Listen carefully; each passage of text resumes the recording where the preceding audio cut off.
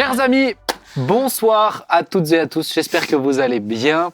En cette saison 6 d'On s'y retrouve. Ce soir, vous le voyez, nous sommes en comité restreint, mais nous avons les meilleurs. Les plus beaux, les plus brillants. Oui, c'est alors sûr. on va parler d'humilité, je pense. C'est pour ça l'introduction. C'est l'introduction du thème, exactement. Ah oui, bah Alors, là on est en plein Je dedans, me suis mis, je teste. Là, on est Je me déjà suis dedans. mis au milieu pour faire moins interrogatoire tout de même. Il devait y avoir mon très cher père qui, pour des raisons de santé, n'a pas pu être avec nous. Si vous nous regardez sûrement au mois de novembre, peut-être décembre. Vous avez suivi qu'en octobre, il était un petit peu malade. Sûrement, et je le sais, il va mieux en novembre. Mais on lui fait coucou, papa, tu devais être là.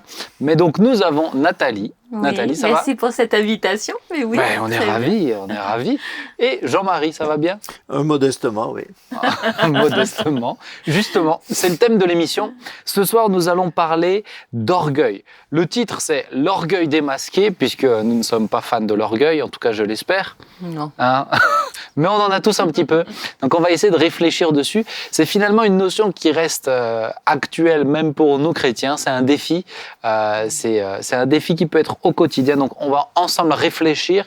Mais avant de rentrer dans le vif du sujet, peut-être juste pour rappel, vous avez cette émission qui est en entière sur la chaîne YouTube de La Porte Ouverte, mais vous les avez également en version découpée sur la chaîne On s'y retrouve. C'est vraiment une chaîne pour redécouvrir, pour partager plus facilement. Et puis, vous le verrez, il y a d'autres contenus qui vont arriver petit à petit. Il y a la page Instagram, il y a sur toutes les plateformes audio, ceux qui aiment nous écouter en podcast dans leur voiture le soir, au coucher de soleil ou quand les étoiles sont là, ils nous écoutent.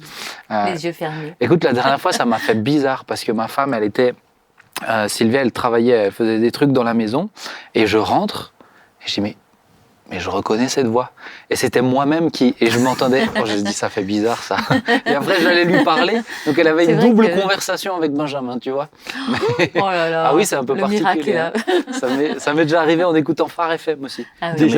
Déjà un, ça fait beaucoup. Ah ouais, c'était trop. Mais deux. j'ai quitté la pièce, j'ai dit, je supporte pas cette personne. J'ai dit, j'ai quitté. Hein. On va commencer ce soir avec, si je me trompe pas, c'est toi, Jean-Marie. Oui, on t'avait demandé. Jean-Marie, l'orgueil, quelle est la racine de ce mal? D'où vient ce mal? Quelles sont les origines? Si on peut faire un petit cours d'histoire. Un cours d'histoire. Alors, c'était bien avant la Révolution française. Oui. Si on veut faire l'histoire. L'orgueil, l'origine, c'est l'aube de l'humanité.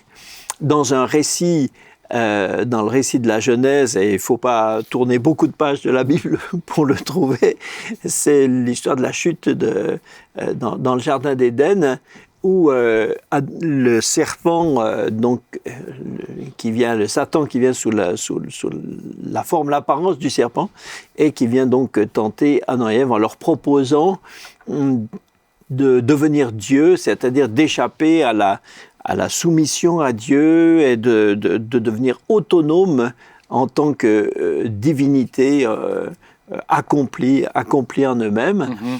Et donc en acceptant ça, eh bien donc ils sortent de leur nature, de leur vraie destinée et d'une relation saine avec le Créateur.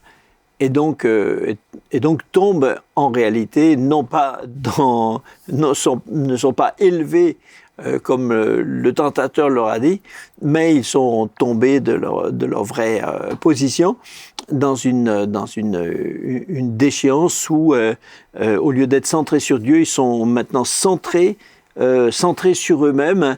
Et donc ils fonctionnent en court-circuit, en circuit fermé. Ils ont plus de. Si on se détourne de celui qui est la vie, si on se détourne de la vie, on trouve la mort. Et c'est pour ça que Dieu leur avait dit si vous mangez du fruit défendu, si vous détournez de moi, vous mourrez, quoi. Est-ce qu'on peut peut-être aussi commencer par qu'est-ce que c'est l'orgueil? Donner une définition. Comment tu entends l'orgueil? Alors, l'orgueil, pour moi, déjà mais concrètement, a trois acceptions différentes dans les relations qu'on a avec Dieu, avec son prochain et avec soi-même. Et les relations sont, avec l'orgueil, les relations sont dès lors complètement viciées, elles deviennent toxiques, parce que celui qui, comme le serpent leur a proposé, leur a dit « vous pouvez devenir Dieu ». Donc si quelqu'un qui est homme veut se faire être Dieu, il est donc en opposition avec Dieu. Donc sa relation avec Dieu est maintenant entièrement fausse. Deuxièmement, si quelqu'un veut être Dieu alors qu'il est homme, eh ben il a une crise, il est dans une crise d'identité fondamentale. Il croit être quelqu'un d'autre que ce qu'il est. Donc forcément, il a plus d'accomplissement, il a plus de bonheur, parce que il a un trouble de la personnalité, mais qui est plus qu'un trouble. Il est totalement faux avec avec lui-même, avec son identité. Il est dans une quête impossible. Voilà, une quête impossible. Il est totalement faux avec lui-même. Et le troisième point, c'est que si moi je veux devenir Dieu, mais si toi tu veux devenir Dieu aussi, alors on devient concurrent. Et donc, avec l'orgueil, tout homme est naturellement en compétition avec l'ensemble de toute l'humanité. Tous les hommes sont en compétition, tous les uns avec les autres. Pas de façon factuelle, concrète, en tout temps, mais dans les racines, tout le monde est en concurrence, tout le monde est en compétition. Puisque pour briller, on abaisse. Voilà. Donc l'homme orgueilleux, et l'homme orgueilleux, c'est tout le monde. Hein. C'est bienvenue au club. Le seul truc, c'est qu'il faut découvrir, il faut accepter la révélation que c'est notre nature. Ah, toi, tu parles de la Genèse en remontant à Adam et Ève. Moi, j'ai l'impression que dans la Genèse, on le voit. Alors, en termes de texte biblique, on le voit là, ici, effectivement. Mais j'ai l'impression qu'on le comprend quand même déjà, même avant, avec Lucifer, avec la chute de l'ange de lumière. Oui, alors. Bien sûr, disons ça, c'est l'origine dans l'histoire humaine, dans l'histoire de la société humaine, mais deux textes bibliques ouvrent tirent un petit rideau sur ce passé spirituel qui quelque part nous échappe un peu quand même. Hein. Donc dans Ésaïe 14, Ézéchiel 28, on a deux textes qui montrent que à l'origine, celui qui s'appelle Satan était à l'origine un ange de très haut rang, un chérubin, qui s'est détourné. Et par orgueil, voulant supplanter Dieu. Et il a été immédiatement jugé. Le texte dit « je te jette par terre, astre brillant », etc. Et donc il a été immédiatement jugé, mais maintenant déchu, dès qu'il a vu apparaître dans le jardin d'Éden, dès qu'il voit apparaître l'homme et la femme, donc dans sa haine contre Dieu et dans la méchanceté de sa nature, donc immédiatement il a à cœur de les faire tomber dans la même avec lui le même faute que lui. Et c'est ce qu'on appelle le mystère de l'iniquité. Comment c'est possible? Oui. Comment c'est possible de retrouver dans une présence parfaite une racine d'un tel mal? Il y a là, je crois, c'est pas parce c'est pas une espèce de fausse sortie pour nous pour essayer de. On peut pas comprendre. Mais je pense que ça nous dépasse. On peut comprendre. Enfin, il me semble, on peut comprendre pourquoi Dieu ne l'a pas totalement détruit, ce qu'il aurait pu faire immédiatement, pourquoi Dieu ne l'a pas lui a donné une espèce de sursis, pourquoi il est dans le jardin d'Éden, on peut pour tenter Adam et Ève, parce que c'est un jalon qui conduira plus tard, après, non seulement au péché, mais à la rédemption avec Christ et à une situation pour l'homme qui est bien meilleure que la situation initiale de l'innocence dans le jardin d'Éden. Donc ça on peut comprendre. Et même là, certains diront, mais... Oui, ok. Mais okay. En tout cas, ça me semble, voilà, on peut en parler. Ouais. Alors que comme tu dis, comment un être créé par Dieu, parfait, le texte dit, il était parfait en sagesse, en beauté, etc., sans aucune composante négative autour de lui, comment a-t-il pu trouver, sans avoir rien de mauvais ni en lui ni à l'extérieur, comment a-t-il pu trouver... Bon, il y a là, la Bible parle du mystère de l'iniquité. Tu penses qu'on le saura au ciel? Oh oui, moi je pense que, alors je ne sais pas si, je veux pas. Il paraît qu'on connaîtra tout. Je ne peux pas présumer, mais Paul dit, aujourd'hui nous connaissons en partie, mais alors nous connaîtrons parfaitement, donc je pense que ça, oui. Moi j'ai quand même demandé la cassette. Oui. Toi aussi?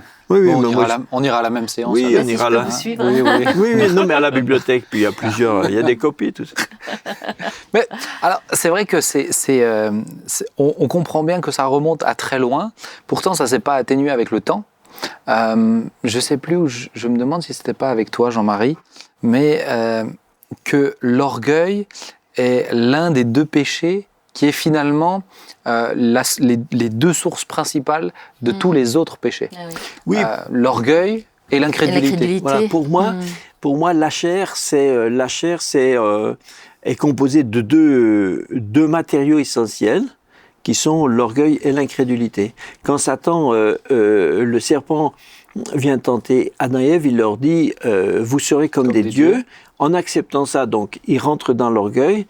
Et pour accepter ça, il fallait qu'ils acceptent le principe de remettre en cause la validité de ce que Dieu a dit. Dieu a-t-il dit? Et la question que Satan pose n'est pas une vraie question, c'est une question rhétorique, c'est une fausse question. Il dit pas, et quand il dit Dieu a-t-il réellement dit, il sait bien que Dieu l'a dit. Et il sait bien qu'Adam et Ève le savent aussi, donc c'est pas comme s'il posait la question. Oui. C'est une autre manière, peut-être plus diplomatique, plus efficace aussi, de dire Dieu n'avait pas le droit de dire. Dieu avait faux de dire ça. Et en acceptant ça, en acceptant de considérer cette question sous cet angle-là, donc Adam et Ève rentrent dans l'incrédulité. Oui. Donc tout le péché, ce qu'on appelle la chair, est constitué d'orgueil et d'incrédulité. Et après, ces deux matériaux se décomposent en sous-parties. Tous les péchés sont directement ou indirectement des dérivés d'une de ces deux racines ou des deux des enfants des ou combinaisons. Des petits-enfants, voilà. C'est intéressant comme lecture aussi. Toute l'origine, c'est ça. Ouais, ça veut dire qu'on a de sacrés problèmes avec l'orgueil et l'incrédulité. Ça, c'est sûr. Mais ça veut dire que personne n'y échappe. Ouais. C'est difficile de vaincre, l'orgueil. Oui. Ouais. Mais tout le monde est concerné. Plus tu travailles sur l'orgueil, plus tu travailles sur l'humilité, et tu te dis, ça y est, je suis peut-être parvenu à l'humilité, et tu te rends compte que non. Alors on va y venir après justement sur comment en sortir, mais peut-être déjà, est-ce que vous-même, vous aviez dans votre parcours identifié des terrains à propos de l'orgueil où tiens, vous ne l'auriez pas soupçonné? Oui. Ouais, je vais la raconter, c'est vraiment... Non, pas toi, Nathalie. Mais si, bien sûr. Toi, je t'ai amené justement pour qu'on voit, c'est pas possible. Mais oui. Il y en a une qui n'est pas contaminée. Ça se voit que vous n'êtes peut-être pas encore partie de tout, mais très proche. Alors, une fois, je me rappelle, alors que j'avais l'occasion de témoigner tellement dans les tout premiers métiers, tous les jours je témoignais, c'était vraiment, mais j'allais dire, je vivais l'extase du témoignage. Mais peu de gens se sont tournés vers Dieu. Alors j'ai demandé au Seigneur, Seigneur, vraiment, je suis découragée, je témoigne, je vois rien. Le Seigneur me dit, ça, tu vois, Nathalie, c'est de l'orgueil, parce que tu cherches du résultat. Mais c'est à moi qu'appartient le résultat, c'est pas à toi. Moi, je te demande juste de témoigner, le reste ne t'appartient pas. Donc là, sur un aspect spirituel, alors. Ouais, ça paraissait plutôt bien, tu vois, de demander, mais Seigneur, ça t'appartient pas, ça. Ah, c'est sûr que ça peut surprendre quand tu l'entends. Toi, Jean-Marie? Alors, c'est pas que je veux pas parler de moi, mais je me rappelle une fois, on se promenait en forêt avec la famille. Et un de mes petits-enfants, pas de mes enfants à moi, mais un de mes petits-enfants, il avait peut-être, il savait à peine, on peut pas dire vraiment parler, faire quelques phrases comme ça, voilà. Il a donc 2 ans, peut-être, voilà, 2 ans et quelques. Et on se promenait en forêt, et il a trouvé par terre un petit bout de bois. Donc, il avait pris ce petit bout de bois comme ça, il a couru, il s'est mis devant nous, il marchait devant nous, et il s'est retourné vers nous, il a dit « C'est moi et chef ». J'ai dit « Mais, il avait 2 ans. C'est une nature, hein. 2 ans, c'est moi et chef ». Et je me suis dit, voilà, ça c'est, pour ceux qui ne le croiraient pas, ouais, c'est sûr. Hein. C'est profond. Le problème, il vient du dedans. Et chez les enfants, c'est évident. Ah oui. Chez les enfants, c'est... Et quand tu en as 2, je le vois avec les miens, combien le plus grand, autant il peut encourager son petit frère, autant il aime, là ça va mieux parce que je l'ai quand même corrigé quelques fois, mais il aime à rappeler qu'il le fait mieux. Oui. Il aime mais moi je le fais mieux quand même. Moi je suis meilleur. C'est tout le système de notation aussi qui pousse aussi un peu à ça. Ouais, alors lui il n'est pas dans un système de notation justement, mais tu vois que pour s'élever, il faut abaisser aussi. Mais c'est bien de balancer tes petits-enfants maintenant chez toi, Jean-Marie. Mais moi je me suis rendu compte, même dans la vie, comme Nathalie disait, même dans le service de Dieu, ça m'est arrivé de me surprendre, d'avoir des réactions curieuses, même en tant que pasteur, en entendant faire des compliments de quelqu'un d'autre, qui fait un service un peu, peut-être que je trouverais un peu analogue au mien, et tout d'un coup me demander pourquoi c'est de lui qu'on dit tant de bien, tu vois. Ouais. Et des trucs comme ça, on se rend compte. Même si dans sa tête, c'est ça qui est curieux, c'est que dans sa tête, en même temps, c'est des pensées qu'on réprouve totalement. C'est des pensées que j'accepte pas, et qui viennent quand même. Oui, et qui sont... et qui peuvent te toucher. Ouais. Qu'elles passent comme ça, mais ça peut te toucher. Ça peut te toucher, ouais. Et puis en même temps, c'est une pensée que je trouve en elle-même ridicule. Ouais, c'est ça. Qui est ridicule. Mais elle est passée. Alors bon, si je l'accepte pas, je l'accepte pas, mais elle est passée. Ça, c'est sûr. Donc, on est obligé de se dire, c'est quand même c'est un vrai défi. On a un vrai terreau pour l'orgueil aussi. Oui. Ce qui me fait sourire et en même temps me fait un peu de peine, c'est j'ai quelquefois l'impression que certaines personnes l'ont pas vraiment identifié pleinement, quoi. Ou des fois tu as des gens qui arriveront à te dire, oh moi en tout cas pour l'orgueil, sur ça je suis tranquille, mais c'est peut-être le plus en danger. Ça nous fait rire, mais... Ça fait, tu dis, ah bon, super, écoutez, mais ouais, ou alors on voit que les aspects flagrants, les trucs. Ça, c'est ce que j'allais en parler. La vantardise, la suffisance extrême. Qui irrite tout le monde, d'ailleurs. Ça. Alors justement, Nat, toi tu devais réfléchir à comment identifier l'orgueil. On vient d'en parler, le fait que ton prochain en face de toi est irrité, c'est déjà, quand tu parles, il y a déjà un problème. Donc ça, c'est facile à identifier. Il y a des péchés d'orgueil, en fait, toutes les traces, tous les travers de l'orgueil sont vraiment multiples. Et là, il y a toute cette partie où on parle de vantardise, d'arrogance, effectivement. Tu parlais à juste titre que cette rupture avec Dieu, en fait, va carrément nous isoler face à nous-mêmes. Et donc, on est même en compétition avec soi-même, des fois. Donc, il y a même un orgueil avec soi-même qui peut aussi être là. Alors, vis-à-vis de Dieu, par exemple, il y a des gens qui vont être capables de te dire « Ah, vous êtes chrétienne, mais ça, c'est bien pour vous. Moi, j'en ai pas besoin. » Et sous-entendu, c'est bien pour les faibles qui, en fait, parce que moi, je suis quelqu'un de fort et je suis courageux, je peux m'en sortir tout seul sans Dieu. Ça, c'est une forme d'orgueil parce que on a été créé pour être en relation avec Dieu. Et quand on est en relation avec Dieu, on connaît mieux sa propre identité. Je pense que c'est vraiment une grosse question d'identité, qui on est en fait réellement. Ouais. Et alors vis-à-vis de Dieu, il y a cette désobéissance, même en tant que chrétien, on a toujours le choix d'obéir ou pas obéir. Et si on fait le choix de ne pas obéir, c'est plus subtil qu'on le croit. Par exemple, si on prend des décisions à la hâte, sans consulter le Seigneur, par exemple.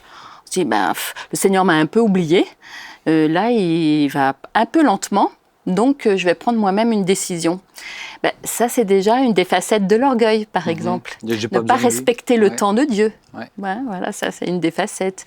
Ou bien vous vous retrouvez avec une personne qui est capable de se prétendre être quelqu'un qui connaît bien la Bible. Alors là, je parle pour les chrétiens, bien sûr, qui connaît bien la Bible et qui va être capable de te faire un reproche devant les autres. Parce que justement, ah oui, mais là, tu dis ça, mais tu sais que dans la Bible, tu te trompes, là, il y a écrit ça. Et alors, il reprend même avec un reproche devant les autres. Ça, c'est le petit chef capable de moralisateur. Et ça, on peut trouver ça aussi chez les chrétiens. Donc, ça a des facettes très, très subtiles. Et vis-à-vis de Dieu, c'est toujours ce côté où on fait sa propre volonté. Oui. On ne se soucie pas de la volonté de Dieu. C'est aussi ce sentiment... alors, parfois, c'est lié aussi à des blessures. Je comprends, les blessures peuvent créer aussi de l'orgueil. La mésestime de soi-même, se diminuer aussi, pour entendre dire après « mais non, tu n'es pas comme ça ».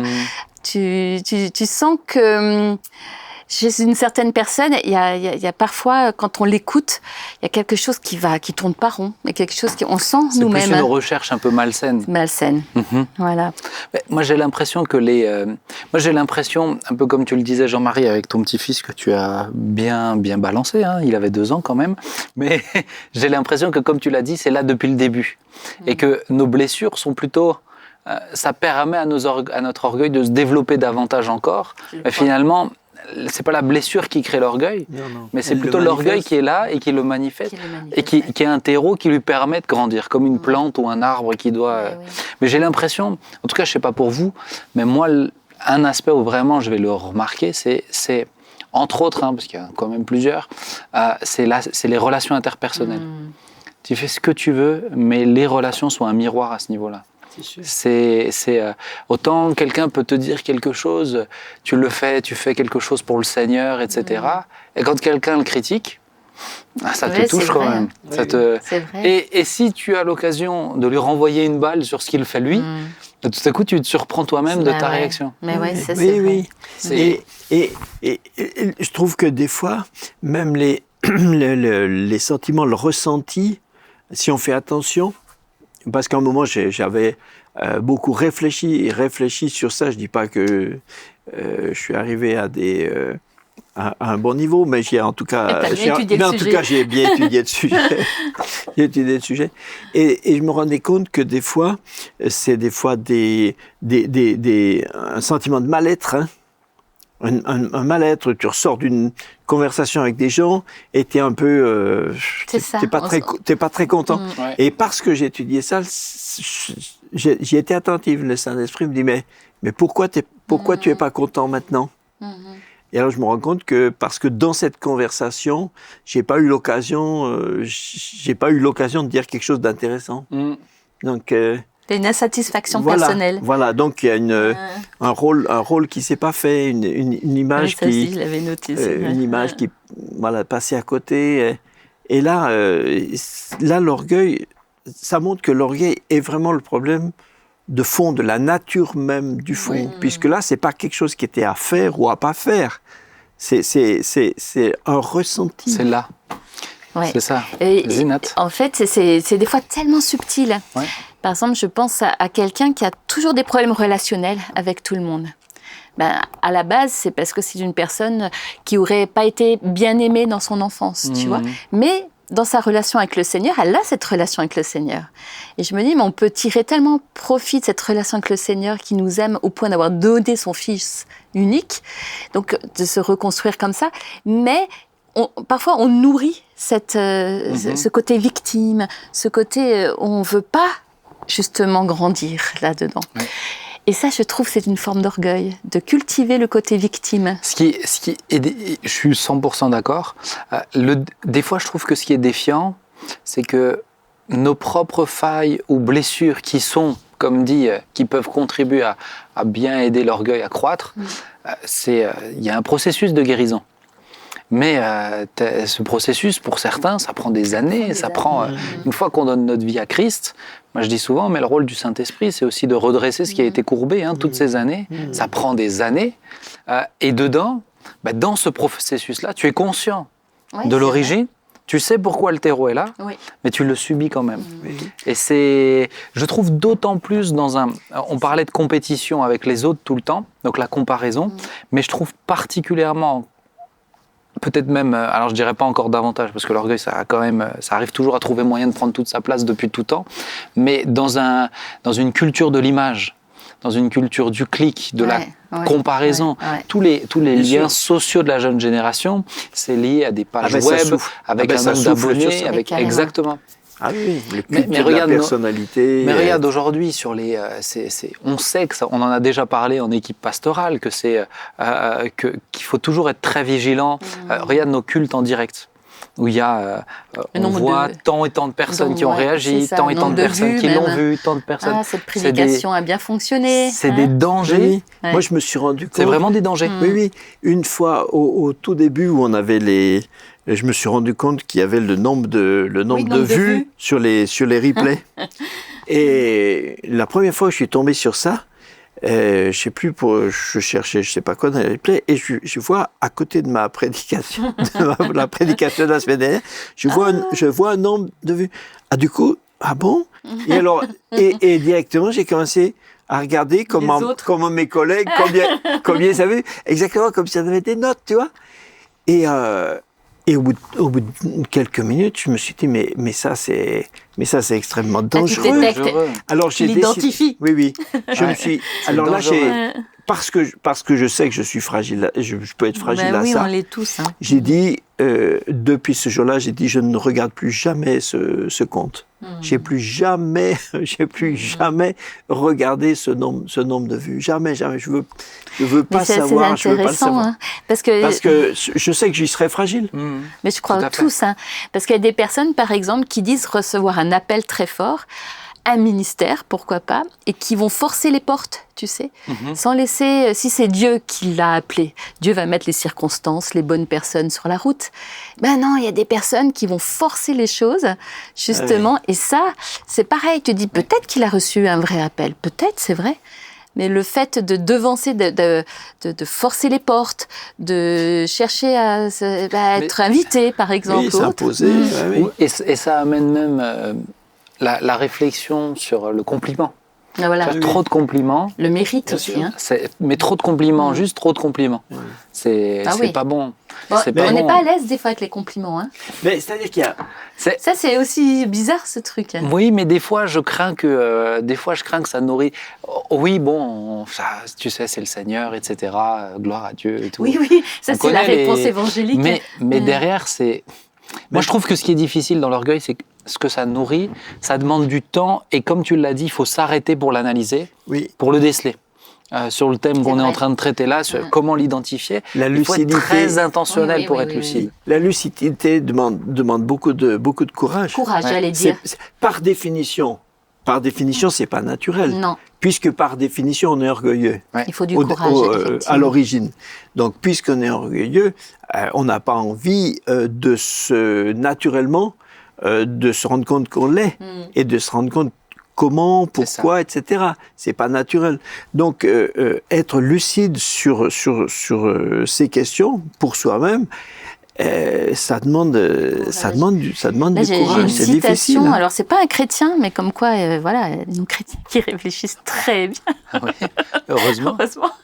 Donc, c'est un érudit japonais qui s'appelait Okakura Kakuzo au début du XXe siècle. Oui, toi, tu le connaissais. Connu son grand-père. Mais en fait, voilà ce qu'il dit. Nous nous réfugions dans l'orgueil parce que nous avons peur de nous dire la vérité à nous-mêmes. C'est ça. Ça, c'est intéressant, oui, ça, c'est vrai.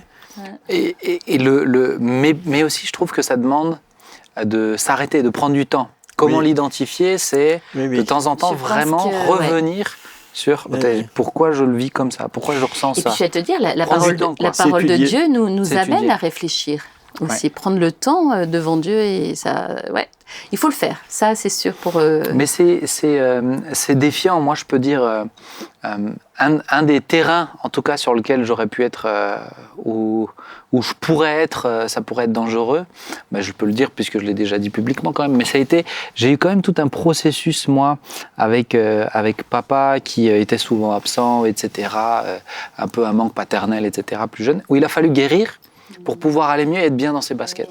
Mais aujourd'hui, je le disais dernièrement aux équipes, mais je suis le fils qui fait la même chose que le père. Donc la comparaison, elle est quasiment ça, c'est constante. sûr. Constante. Oui, bien sûr. Quand on se déplace, quand on est... Donc c'est extrêmement difficile. L'orgueil, ça peut être dans les deux sens. Ça peut être « Ah, mais toi, quand toi tu le fais quand même, c'est quand même mieux. » Il y a ça, mais il y a l'inverse aussi. Oui. « Ah, mais quand lui le fait, c'est quand même mieux. » Ah, c'est quand même Et en pas fait, Samuel. ça nourrit exactement la même racine. ouais. Mais La comparaison. je trouve que la force qu'on a d'être enfant de Dieu, c'est d'être capable de se mettre auprès de celui qui, lui, ne souffre pas du tout d'orgueil. C'est-à-dire que même si je vous parle à vous, vous en souffrez aussi de l'orgueil. Non, moi plus, c'est fini. Toi plus, parce que tu as beaucoup réfléchi dessus, c'est vrai. Je travaille. Mais il faut être attentif. Hein. On peut s'aider, s'encourager, mais la force pour les enfants de Dieu, c'est justement de pouvoir aller auprès de celui qui n'a jamais été contaminé par l'orgueil. Mais c'est vrai que c'est des terrains, nos terrains fragiles, où nos failles, tu parlais de blessures, etc., peuvent être, demandent peut-être même encore plus de courage à analyser, parce que ça touche à un point qui fait mal. Qui fait mal. Et c'est là où ça peut être difficile. Ça, c'est vrai, absolument. Puis alors, il y a des formes aussi communautaires, j'allais dire, d'orgueil. Par exemple, tout Les ce qui est Français, nous, on est les racisme, voilà, ou le chauvinisme. Ouais. On n'aime pas les autres, donc on prend qu'on est supérieur. Le régionalisme. Voilà, Non. c'est ça. Oh, Sauf l'Alsace. Les Alsaciens. Sauf l'Alsace, c'est tout. que notre Alsace est belle. C'est parce que tu n'es pas alsacien d'origine, c'est pour ça que tu dis ça. Tu es Moi, je ne jaloux. suis pas alsacienne d'origine, mais je suis devenue alsacienne, j'ai pas eu le choix. Mais c'est vrai, c'est vrai. Mais l'orgueil le racisme, l'origine, c'est l'orgueil. C'est l'orgueil aussi, ouais, tout à fait. Il paraît que quand Dieu a créé l'Alsace, les anges lui ont dit mais Éternel, tu as créé un endroit, c'est le plus bel endroit de toute la terre, etc. C'est quand même trop par rapport à... Et Dieu a dit oui, mais j'y mettrai les Alsaciens. Voilà, c'est un nom alsacien qui dit ça. On rigole pas. Ça. Il ne faut pas trop leur dire que l'Alsace est très belle, sinon on aura toute la terre entière ici. mais bon, c'est sûr que l'orgueil communautaire, forcément, les confrontations en ce moment entre partis, tout ça, c'est terrible, ça peut déchirer tout un peuple. Ouais, tout à fait, tout à fait. Bon, alors comment on fait pour aller mieux? Est-ce qu'on peut, c'est une vraie question, est-ce qu'on peut être totalement guéri de l'orgueil? Alors totalement guéri. 100%. Totalement guéri. 100%. 100%, je pense pas parce que on est dans cette nature qui sera totalement qui aura totalement disparu quand on sera entièrement en Christ. Et tant qu'on est ici, cette nature, en tout cas, on aura en tout cas à combattre contre tout le temps. Mais je pense quand même qu'il faut quand même souligner qu'on peut réellement faire des progrès significatifs. Et puis il y a des gens quand même, quand on les regarde. C'est ça. Et Paul lui-même, parlant de lui, dit « Je me suis conduit parmi vous en toute humilité ». Ce qui est quand même un témoignage de quelqu'un contemporain de lui-même par définition. Et je dis ça parce que... Il dit aux autres, imitez-moi. Oui, imitez-moi. Alors on pourrait dire oui. Alors moi, je trouve pas que c'est de l'orgueil chez lui, mais ce que je veux dire, c'est que justement, il a une très juste vision de lui, quoi. Oui, mais on pourrait le comprendre, imitez-moi dans ma foi, etc. C'est sans comprendre que c'est limité dans sa personne.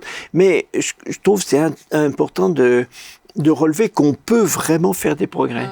Parce qu'à force de dire que l'humilité est inatteignable, eh ben, finalement, ça devient une espèce de... les pasteurs prêchent, mais tout le monde... Une tâche qu'on peut mais pas tout le monde retirer, sait, quoi. tout le monde sait que de toute façon, on ne peut pas y arriver. Ça Alors, demande de l'intentionnalité. Ah oui. Voilà. Ouais. Ça demande Mais de c'est l'intentionnalité. possible. Ouais. Moi, c'est possible. Moi, je dirais honnêtement, franchement, peut-être ça fera rigoler quelqu'un, mais franchement, je suis sur ce terrain-là, je ne suis pas la personne que j'étais il y a 50 ans. Ou... Bah oui. Parce que je me suis rendu compte, parce que j'ai accepté la vérité. Bon, alors j'avais une grosse marge de progrès, hein. Mais je suis parti de très loin. Mais franchement, je peux dire que parce que le Seigneur m'a aussi traité, raboté, et donc je me suis rendu compte, et maintenant il y a beaucoup de domaines sur lesquels, sur moi-même, je sais ce que je vaux, et je me fais pas d'illusions. Donc j'ai une lucidité. Mais tu vois, alors on parle souvent de lui, mais parce que moi je l'ai côtoyé de près et du coup je pouvais voir les coulisses. Mais quand je regardais mon grand-père... Ah oui, mais lui il était... je veux bien croire qu'il luttait avec des trucs, mais il le montrait pas du tout alors, hein, tu vois. Non, mais lui il était spécial. Ouais, non, mais... Non, mais c'était quand même un être humain. Ouais, oui. Tu vois, il a quand même réussi. Alors je pense qu'il y a aussi... Je sais pas, j'ai l'impression que quand j'écoutais un peu ceux qui le connaissaient, même beaucoup plus jeunes, etc., ils disaient mais il a toujours eu une nature aussi très douce et tout ça. Oui. Je pense qu'il y a des natures qui facilitent un petit peu peut-être. C'est sûr. Ouais. Mais il n'empêche que Pour moi, le fond de la... il était impressionnant. Oui. Du fait que on avait l'impression que la flatterie ça marchait pas. C'est ça. On avait ça l'impression glissait sur lui, que quoi. ça glissait vraiment. Parce qu'il n'en a pas besoin. Il se défendait pas contre parce qu'il ni chaud ni froid, parce quoi. qu'il n'y avait Ouais. pas d'ambition. Oui. Ouais. Pour moi, la définition, je donne toujours cette définition d'humilité. Je dis l'humilité, c'est être d'accord avec Dieu sur ce que Dieu a fait de moi. Donc c'est pas du tout une négation des qualités que j'ai. C'est pas un abaissement. C'est pas un abaissement, c'est pas un complexe d'infériorité. C'est pas je suis rien, je vais m'étaler par terre, vous marcherez sur moi, je suis une serpillière. Non. Ça c'est un complexe, c'est de la pathologie. Hein. Mais non, l'humilité, c'est quelqu'un qui sait qui il est. Il connaît parfaitement ses qualités, ses défauts. Il dit ça, Dieu m'a donné C'est une grâce ça. de Dieu. Ouais, Dieu c'est m'a une donné grâce ça, de je Dieu. sais faire ça, par la grâce de Dieu. Ça et ça, je sais pas, c'est toi qui sais faire, c'est toi qui sais le faire, ok. Et donc, c'est quelqu'un qui, du coup, est totalement content de son identité. Il n'a pas de problème d'identité, il sait qui il est. Du coup, Les comme compliments lui touchent pas plus que comme ça. il est content de ce qu'il est, il est content de ce que les autres sont. Ouais. Donc, il n'est pas en compétition avec personne et il n'est pas il n'a pas de problème avec Dieu parce qu'il est d'accord avec le projet de Dieu. C'est donc vraiment une source de l'identité, quoi. C'est une question d'identité. L'orgueil, ça rend paisible. L'orgueil, c'est une maladie de l'identité. Hein. C'est ça. Mais dans notre contexte, je reprends mon grand-père, il avait ça, il avait la chair, il avait tout ça. Pour moi, ça reste quand même c'est exceptionnel. Je veux dire, c'est un modèle. Parce que je l'ai vu dans j'ai tellement d'exemples, tu vois, dans ses réactions. Je me dis, mais je sais pas comment. Je sais pas comment. Et du coup, tout le monde l'aimait. Des fois, il m'a. Oui. Mais c'est vrai. Mais l'humilité, ça rend très paisible. Oui. Ouais. Et ça attire les gens. Et ça rend cool. Ouais. C'est déstressant d'être humble. Oui, parce que c'est un compte. Ça, c'est vrai. Hein. C'est déstressant parce que tu n'as plus besoin de faire tes preuves, tu n'as pas besoin de convaincre, tu n'as pas besoin de te défendre, tu n'as pas besoin d'atteindre des trucs. Tu marches avec le Seigneur et ça rend très actif. C'est pas non plus le truc qui te rend... les gens qui se cachent au fond de l'église, je ne suis rien, etc. Non, c'est juste des gens qui ont un problème. Ça. Il y a souvent de la fausse humilité. C'est ça. C'est juste un problème. Et ça te rend... Oui. Ça te rend encore plus proche de Dieu, ça te rend sensible aussi au Saint-Esprit, c'est vrai. Hein. Alors, comment on fait pour progresser dans l'humilité, alors ? Moi, je te donnais aussi un exemple que j'ai vécu. Alors, c'était au début de ma conversion, et puis il y a une amie, qui est devenue amie. Elle me dit, Nathalie, tu sais qu'au début, je n'osais pas m'approcher de toi, parce que tu dégageais une telle assurance que j'avais peur de te parler. Alors c'était pour moi le choc. J'ai dit, là, Seigneur, il faut que tu me changes. Ça m'a fait la même chose avec toi, Nat. C'est pas N'importe quoi. la même chose. Quand je suis arrivée, j'étais déjà changée normalement. Alors. Mais j'ai vraiment demandé au Seigneur de me changer, mais vraiment, vraiment. Je dis ça, c'est pas possible, Seigneur, aide-moi. Et tout s'est passé en fait à développer l'amour avec Jésus. Plus j'aimais Jésus, plus il me transformait, et plus finalement, quand tu aimes le Seigneur, tu aimes les autres, tu diminues, tu vois ton frère supérieur à toi-même, des versets bibliques, tout simplement, à appliquer. Tu dis, ok, j'ai eu haute estime de moi, tu descends un peu, ma fille. Tu vois vraiment celui qu'en face supérieur à toi. Donc il y a même des positions à prendre par rapport à des versets bibliques. Et chemin faisant, voilà, les gens finissaient par venir à moi plus facilement. Donc se rapprocher de Christ, c'est finalement se rapprocher de celui qui comble ces failles dans l'identité et celui qui nous donne la bonne vision de nous-mêmes aussi. Oui, c'est ça. Être vrai, c'est le Seigneur te le montre. C'est sûr que si on est très près de Dieu, on a du mal à se croire grand. Hein. C'est ça. Mais on se voit comme il nous voit aussi. Oui. On est ses enfants, comme tu le dis. On n'est pas minuscule par rapport aux autres hommes non plus. Oui. C'est une juste image de qui nous sommes. Moi, je sais que le don que Dieu m'a donné dans ma vie, voilà, il m'a donné un don pour enseigner. Bon, donc si on me dit que je suis un enseignant, je dis oui, c'est vrai. Je ne vais pas dire non. Oui, c'est vrai, mais je sais que l'origine vient que de Dieu lui-même. Ouais. Mais d'un autre côté, c'est un paramètre très important, à mon avis en tout cas, de la définition de ma personne. Ouais. Donc je vais tout faire je vais faire ce que je crois possible, ce qui s'ouvre devant moi, pour valider ça. Mais moi, c'est le don que j'ai reçu. Moi, j'en ai reçu un, c'est celui-là, bon, voilà. Et d'autres, on en a reçu d'autres. Et t'as pas fait plus que les autres pour le recevoir. C'est une grâce. Ah, mais ça, c'est une grâce. En même temps, tu as travaillé aussi pour développer la connaissance, tu vois. C'est aussi une grâce, mais après, j'ai travaillé dedans. La conscience que c'est une grâce qui vient de Dieu. Voilà. Ça te garde dans l'humilité. Je suis pas meilleur qu'un autre. Et tu travailles avec plus de facilité aussi. Mais oui. Oui, mais ça fait partie. Ça fait partie du don. De ta personne. Parce que le don d'enseigner, c'est le don d'être capable de le travailler. C'est ça. Sinon, mais ça va. C'est ça. Donc pour moi, c'est ce que je suis moi. Je crois être ça, et je suis très conscient que tous les autres dons ont été départis à d'autres. Je suis content pour. Je suis content pour ce qu'ils sont. L'humilité, c'est ce qui permet justement la collaboration. Ce qui enlève la compétition et la collaboration naît la synergie, toutes ces choses-là. Jésus dit, vous connaîtrez la vérité et la vérité vous rendra libre. Et c'est pas seulement la connaissance de la vérité doctrinale, la connaissance de la vérité, Christ qui s'est fait homme, qui est mort sur la croix, qui est ressuscité, ça, ok, mais c'est aussi la connaissance de la vérité sur soi-même. Me connaître moi, c'est une partie de connaître la vérité. C'est connaître la vérité, ma vérité à moi. Ouais. Donc si je me connais moi, je suis libéré de me croire quelqu'un d'autre. Je suis libéré de chercher à faire autre chose que ce que je suis. Mais c'est là où justement, parce que tu cites Christ, c'est là où Christ est très impressionnant. C'est que Christ, lui, était parfait en tout point, mais parfait en tant qu'enseignant, parfait en tant que prophète, parfait en tant qu'évangéliste. Autrement dit, lui, besoin de complémentarité, il n'a pas besoin de complémentarité, Jésus. Il est très bon partout. Mais il était parfaitement humble aussi. C'est ça. C'est ce qui est glorieux chez lui aussi. Il est impressionnant. C'est Jean 13, c'est la scène du lavement des pieds. Hein. Ouais. Vous m'appelez Maître et Seigneur, et vous avez raison, car je le suis.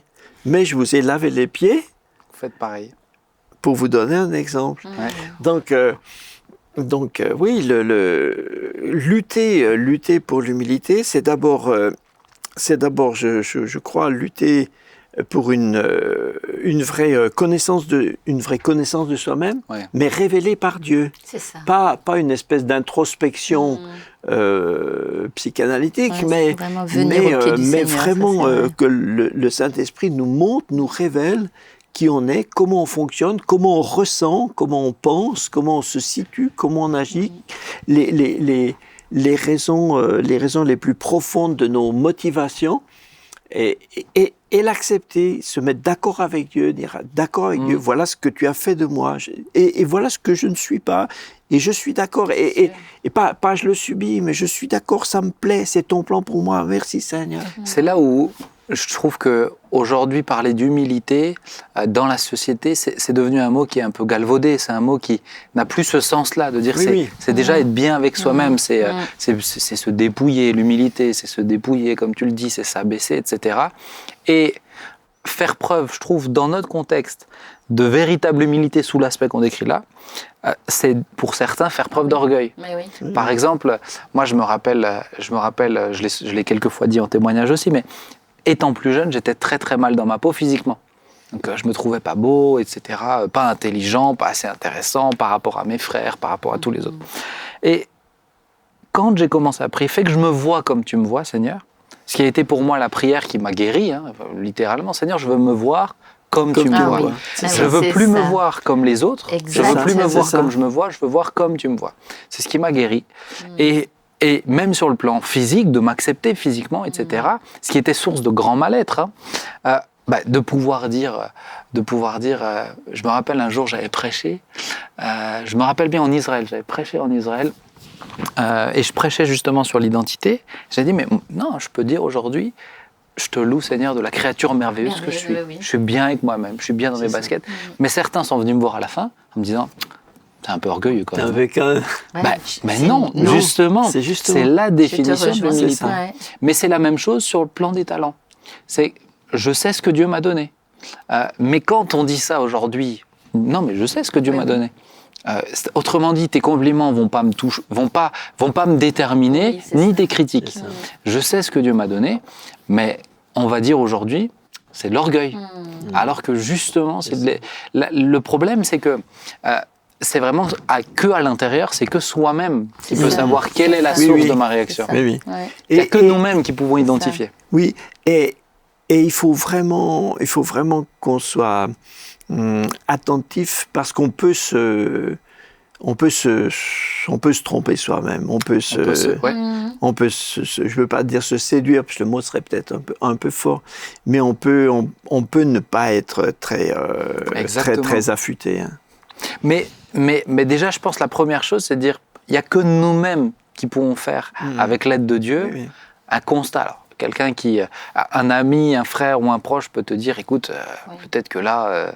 Mais dans les faits, l'intention, il n'y a que nous-mêmes qui pouvons l'analyser.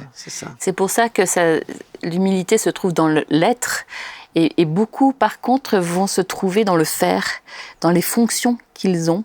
Et c'est pour ça que des fois, dans certains domaines, il y en a qui ont du mal à transmettre, à passer la main aussi, parce qu'ils s'attachent à leurs fonctions. Et beaucoup se définissent par leur carrière. Les carriéristes vont se définir par leur carrière. Beaucoup ont peur de prendre du temps libre, parce qu'ils ont peur de s'ennuyer, parce qu'ils se définissent dans ce qu'ils font dans leur travail, par exemple. Mais ça, c'est vraiment dangereux, parce que... Ou certains, parce qu'ils ont peur d'être remplaçables. Oui, c'est ça. C'est ça aussi. Mais alors, tu as des gens aussi qui ne font rien, et c'est par orgueil. C'est de la Parce que tu as des gens qui ont tellement peur, d'être, de pas bien réussir, d'être pris en défaut, d'être critiqués, qu'ils s'abstiennent de tout, en tout cas de toute responsabilité, etc. Ils restent au fond, tu leur demandes, oh non, qui suis-je? Non, un autre, prenez ça, un autre, non, moi, oh non, pas moi, vous savez, moi j'aime rester humble au fond, etc. En fait, c'est quelqu'un qui sait d'avance, qui ne supporterait pas qu'on puisse, s'il fait quelque chose, qu'on puisse dire, il a pas bien. Alors du coup, il fait rien. Donc ces gens-là, leur orgueil, eux, les pousse à ne rien faire. Et alors, tu dis qu'il sait d'avance, certains, je suis persuadé, ils ne se rendent même pas compte que l'origine de leur réaction, c'est ça. Sûr. Ils se fourvoient. Voilà. Et ils pensent sincèrement qu'ils sont humbles. Tout à fait. Ils le pensent sincèrement, mais quand tu grattes un peu, et puis derrière, en off, bon, ils seront aussi faciles à critiquer celui qui fait. Ah oui. Parce que là, c'est... Oui, c'est vrai. Quand Ils Moïse, peuvent être très bons snipers. devant le buisson ardent, quand Moïse refuse d'obéir à Dieu en disant non, qui suis-je, prends-en un autre, Dieu n'a pas dit magnifique, quelle belle humilité, Dieu s'est fâché. Il s'est fâché Tout à fait. parce que c'est exactement le contraire, C'est ça. c'est le contraire de ce qu'il attendait. Tout à fait. C'est vrai. D'ailleurs, c'est intéressant de lire que ce texte qui dit « Mais Moïse était la personne la plus Ah oui, humble sur cette terre », en sachant que c'est Moïse qui l'a écrit lui-même. Oui. C'est, Bon, il l'a écrit, ouais. il l'a écrit par Oui, inspiration. bien c'est, sûr. mais Oui, ça c'est montre qu'il sûr. a progressé. Oui. Ouais. Mais, Ouais, mais aussi. c'est ça. Ça Mais montre c'est qu'il a ça. progressé. C'est ça, c'est pas... Je dis pas qu'il a menti, hein, ça montre qu'il a Oui. progressé. Celui d'après et celui du buisson ardent. Mais il faut être très très humble. Il faut être vraiment très très très très humble pour pouvoir écrire ça et que ça soit juste. Hein. Oui, oui. Moïse était Avoir la personne la une très belle plus humble relation sur avec cette le terre. Seigneur. Ah oui. Ouais. T'imagines quand il l'a écrit. Moi, je me suis imaginé Moïse qui l'écrit de lui-même à la 3e personne. Et c'est vrai que ça se fait Et c'est drôle. juste en même temps, ça devait être particulier. Ouais, c'est vrai que ça fait drôle. Ouais. Mais en tout cas, c'est un sujet qui est extrêmement riche. Je pense pas qu'on en aura de toute une vie pour arriver au bout. Je pense qu'on progresse, Mais on peut faire... mais on peut progresser Mais- vraiment. Ah oui. Mais moi, je sais que et c'est on ce peut qu'on vraiment faire Oui, des oui. progrès. et c'est ce qu'on a dit ce soir, c'est que moi, je sais que vraiment et même sur le sujet de l'identité, on progresse aussi tout au long de notre vie. Mais quand même, je crois qu'il y a un socle où à un moment donné, il faut que ce socle il soit bâti pour aller Oui, plus loin. oui. Mais moi, je peux dire que quand ce socle a été bâti, restauré, il y a beaucoup de choses qui sont allées bien mieux. Parce que, alors après, les gens, ils penseront ce qu'ils veulent de moi, ça c'est autre chose. Mais je peux dire qu'à l'intérieur, ce qui était pour moi des vraies sources pour mon orgueil, se sont petit à petit diminuées jusqu'à certaines, j'ose le croire, ça. tarir Oui, complètement. oui. Il y en a d'autres qui sont bien présentes. Mais guérir au niveau de l'identité, c'est aller mieux au niveau de l'orgueil. Oui. C'est aller mieux au niveau de l'humilité et donc aller mieux au niveau de l'orgueil. On peut poser une base fondamentale où on décide de marcher dans cette connaissance. Voilà, c'est Et une après, on a décision, constamment à désherber, quoi. Ouais. Mais d'abord, mais on a réalisé quelque chose. Et demander pardon à Dieu pour les fois où on a manqué. Oui, Mais demander pardon aux autres aussi, des Oui, fois, aussi, je trouve. Aussi, Oui, pardon, Des aussi fois, aux ça autres. aide.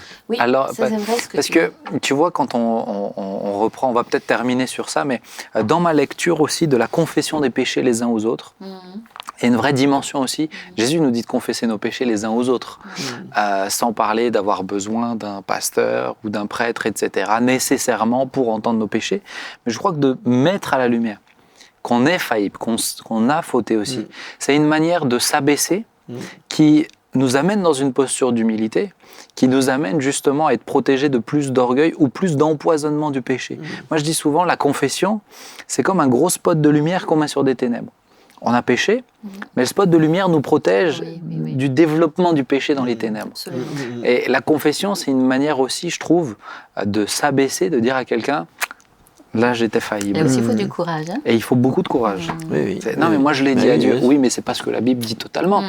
Dieu, il est déjà au courant que tu as péché. Oui. La Bible, elle dit de te repentir aussi auprès de Dieu, C'est juste. faire demi-tour. Mais elle te dit de confesser les péchés les uns aux autres.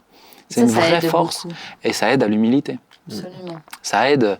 Moi, justement, quand on parle de ces modèles-là, c'est des hommes et des femmes qui ont tout à fait été capables de dire « Ah, là, j'ai mal fait. Là, j'ai raté. Là, je me demande pardon. » même. Et les J'ai mal personnes fait. qui font ça, on a un attachement particulier. Ça donne la confiance, ça donne vraiment. Mais parce qu'ils sont c'est faillibles. des modèles. Enfin, ils sont humains, quoi. Oui, Ils sont pas dans cette perfection. C'est peut-être le danger des chrétiens, c'est cette perfection chrétienne sainte. Tout est. Il Ouais, n'y a jamais c'est rien ça. qui va Mais mal. même dans les familles, quand les enfants, ça m'est arrivé des fois de me rendre compte qu'avec les enfants, des fois je m'étais planté. On va trop vite, il y a eu une dispute, on a cru que le truc était comme ça et tac, on règle la question. Et puis après, finalement, tout d'un coup, on se rend compte que... C'était pas tout à fait ça. C'était pas comme ça. Du coup, on s'est fâché de trop ou pas vrai. vers la bonne cible ou tout ça. Bon, c'est pas facile en tant que parent de convoquer les enfants, de leur dire, écoutez, je je me suis trompée. vous demande pardon. Alors, Non, c'est pas facile ça. Hein. Ça, c'est pas facile Non. non plus. Hein. Surtout quand tu es dans la posture de celui qui doit tout le temps corriger, Eh ben oui. d'admettre. Ben oui. Mais c'est une leçon essentielle, Ah ouais. je suis d'accord. Ouais. On pourrait continuer longtemps sur C'est ce vrai. sujet, Ça, c'est- mais que Dieu nous aide. Oui. Chers amis, j'espère que ça vous a intéressé comme discussion. Il y a vraiment plein de clés, je trouve. C'est dans la discussion qu'on... Et sûrement que vous avez d'autres idées, peut-être d'autres exemples d'orgueil, peut-être même que vous n'êtes pas d'accord avec Ils certains. vont commenter. Peut-être que vous trouvez que nous étions orgueilleux dans l'approche. Vous pouvez écrire avec Voilà, joie. c'est ça. Avec joie, on ne vous jugera pas. On a nos propres failles. C'est Jean-Marie qui dit je suis OK que les autres ne soient pas d'accord avec moi, ils ont le droit de se tromper aussi. C'était très ouvert comme personne. Ah, et puis, il y a le livre de Jean-Marie. On n'a pas le droit d'en oui. parler. Ah bah si. Non, on n'a pas le droit, c'est par humilité. Ah mais oui, mais vous l'avez caché, Oui. présentez-le. Non, tiens. j'ai. Vas-y, présente-le. Vas-y, Jean-Marie. Eh bien, oui. Alors, j'ai essayé de mettre par écrit Mets-toi en avant pour terminer sur ce quelques sujet, idées, vas-y. quelques idées essentielles Il y a une sur belle ça. photo de voilà. Jean-Marie derrière. Voilà. Ah oui. Mais c'est Oui. un très bon livre. Alors ça, la photo, c'est presque ça de la remonte, publicité mensongère maintenant, parce que elle remonte, Mais c'est elle remonte à un longtemps. très bon livre. Vous avez Ouais, très bonnes vraiment. clés dedans. Vous avez beaucoup de clés et toujours très pratique, Jean-Marie. C'est ça. Mais venez, on va terminer par la prière. Hein. Nat, tu veux bien, s'il te Oui, plaît? Seigneur, combien nous sommes tellement reconnaissants que tu sois dans nos vies, parce que c'est en te connaissant, Seigneur, qu'on se connaît soi-même.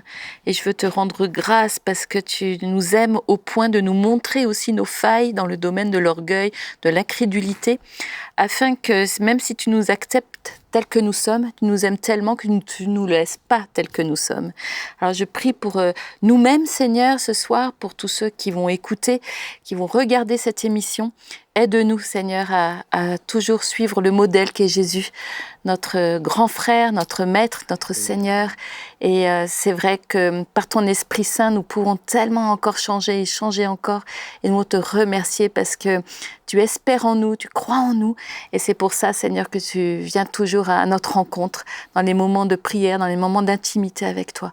Je te confie chacun d'entre nous, afin que nous puissions encore mieux nous connaître à travers tous ces éléments que nous avons aussi échangés ensemble, que vraiment tu te manifestes par ton esprit dans les cœurs. Dans le nom de Jésus. Amen. Amen. Merci, Amen. Père. Amen. Amen. Merci à vous deux. Un Merci. plaisir. Papa, on a pensé à toi. Oui. Chers Merci amis, beaucoup. que Dieu vous bénisse. Rendez-vous dans 2 semaines, vous savez, c'est en bimensuel, pour une prochaine émission. Soyez bénis et n'oubliez pas, n'hésitez pas à partager cette vidéo à quelqu'un que vous trouvez orgueilleux aussi. Soyez bénis. À bientôt. Ciao, ciao. Au revoir.